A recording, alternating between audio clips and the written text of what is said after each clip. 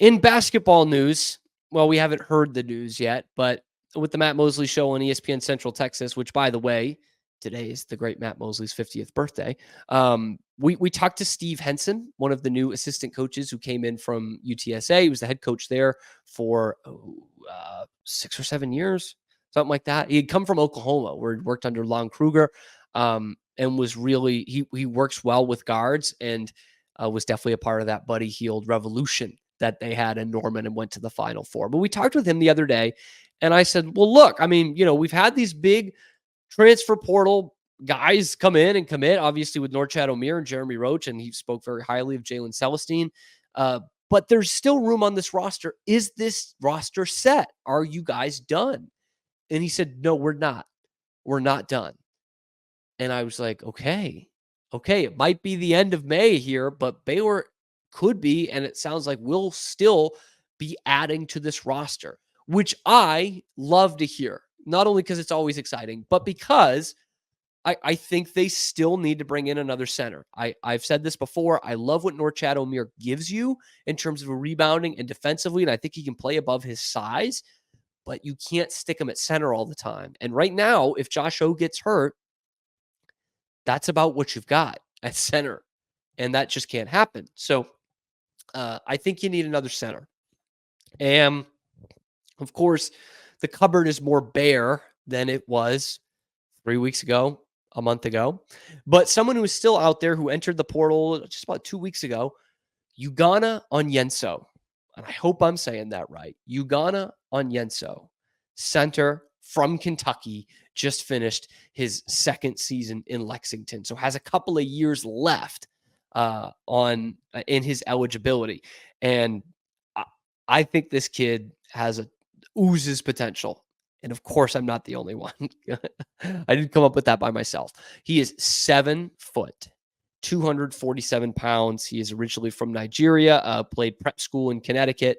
And again, like I said, finished his second year at Kentucky. Now, he didn't play a ton, just under 19 minutes a game, but 55% from the floor. So that tells me he's not someone who thinks he's a 3-point shooter and he's pulling it out there. But you look at the numbers, 4 points, 5 rebounds a game. Well, not a lot there. Okay, hear me out here. First off, he's coming in as a depth guy. I would expect him to be in the rotation. Don't get me wrong. He's not going to be buried at the end of the bench, but it's probably not who your starting center is going to be. So already it's like, okay, well, so he doesn't need huge numbers.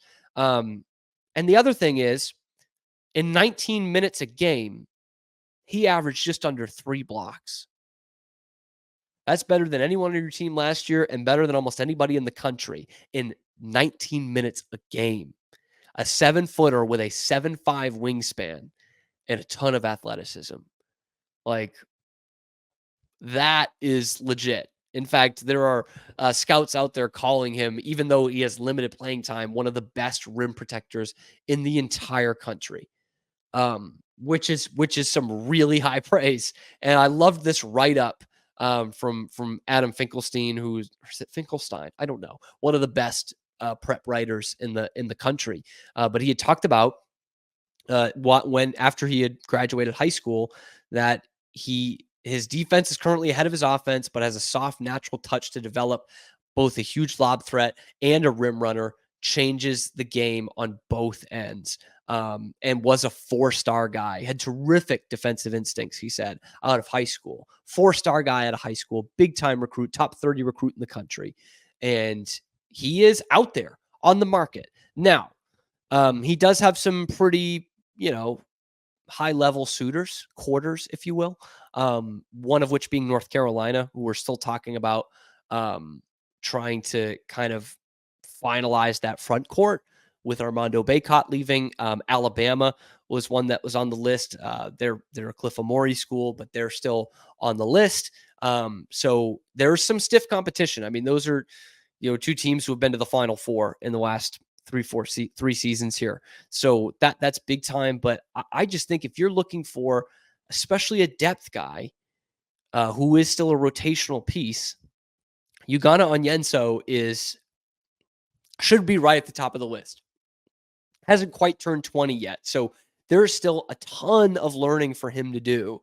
And I mean, you talk about a place to go and learn to be a big man, even though it's not as big a part of an offense as it used to be for them. Baylor is a great place to do it. They're going to have probably a top 20 pick, who a kid who reclassified play there 1 year. Like next month, you're going to hear Yves Missy's name pretty early in the draft. And one thing that is I bring up a lot, Scott Drew, even I think with John Jacobs leaving, who was a big part of this, but I think Scott Drew can still be one of the great coaches for international players, both as young guys, as transfers, as old guys. They all the foreign players seem to succeed at Baylor, and especially the centers from Africa. And Onyenso is originally from Nigeria. He's obviously been in the USA for a while now, but you had two centers originally from Africa on your team last year. And it's all the time. I mean, you go down the list, whether it's Yves Missy or Josh Ojamuna, who's going to be in there this year, Jonathan Chamwa-Chachua. Nuni Omot was not a center, but was a long, lanky guy. It goes on and on. Joe Lawal Achuo. Like, there's so many guys that come from overseas and specifically from Africa who really thrive playing for Scott Drew. And Ugonna Onyenso could absolutely be the next guy in that lineage. And I think that would be a big addition for Baylor. It's one of those that, do I think he's nailed on to become a Baylor Bear? No, but I would have said the same thing about Jeremy Roach, and I would have said the same thing about Norchad Omier. This is the spring of Baylor coming out of nowhere to get these high-level guys that they weren't even getting like 2 years ago or last year. Scott Drew always has known what to do with transfers, but these are the most talented transfers he's really ever gotten. And two of the top 10 transfers on the market, he went out there and got. And neither one of them did we see coming. Were we like, right after the season, oh, that's the guy that Baylor's going to get? No, we haven't had that luxury. I think Kansas probably did that with Hunter Dickinson, who's one of the best players in the country at Michigan. They probably said, we're Kansas, we need a center, let's go get that guy. But Baylor has not had that overall. In fact, this is really like the first spring that Baylor has had that. I know they've brought in some good guys.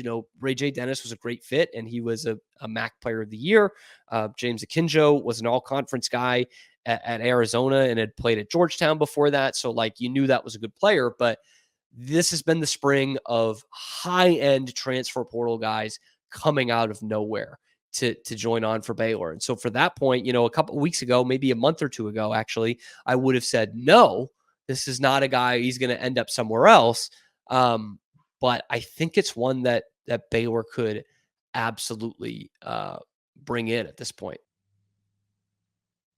Hey, thanks for making it to the end of the video. We really appreciate that. And if you want to keep up to date on all the Baylor sports news, be sure to give us a like and ring the notification bell, because we are your first listen today and every day. We are your exclusive home for nothing but Baylor sports content 5 days a week that's not coming straight from the university.